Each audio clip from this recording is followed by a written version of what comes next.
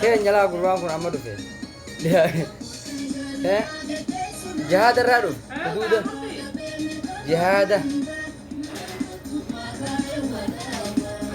ورا حدود أمة أورمو كيسا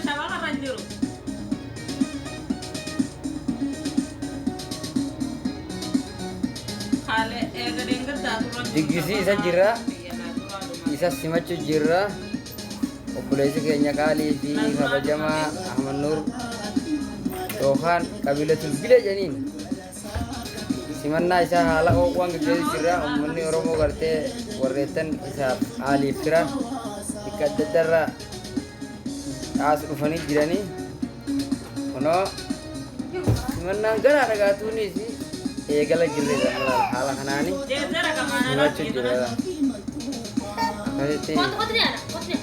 waana kaara jiraa joolleeda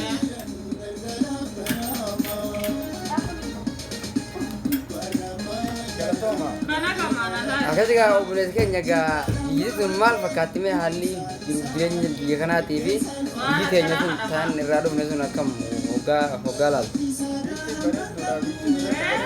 ayyee Bagana kan musibat tadi bagana kan bointer. Aye. Kalau toma isi injer. Aye.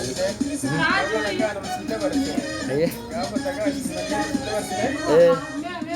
Bagana kan bointer alhamdulillah. Wallahi simanna kaisan kau duda suri seddu bareda. Isin garte nama ummata Oromo tiif garte irkote dagalete ummata Oromo heddu rakkenerra barara ture jechuudha. namni garuu galata nama hin beekan addunyaa irratti haga nama san dhabduun beektu waan daafuu gaa ni jireenyaan gaa obboleessa keenya dhufee nuti wajji jirra kanaan haree jedhanii Profeesar Hawween tokko kan marfilaan boqot akkasitti gaa jaallawaa qaqqaalii ilmaan Oromoo jirra isinis bagaruu jiraattan jenna dhaamsi kan jenneen kanuma Damsa guddalee qabnu nuti kun saayibootaan qaqqaalii ertee bu'aa bahii meeqa isa waliin dabre yeroo dheeraa addaan turree wal arguu ganyaa baay'eetti gammadna isinillee akka wajjin gammaddan abdii qabna abshira jabaadha galatoomaa taankuu isinin jenna taankuu galatoomaa hundummaa keessanuu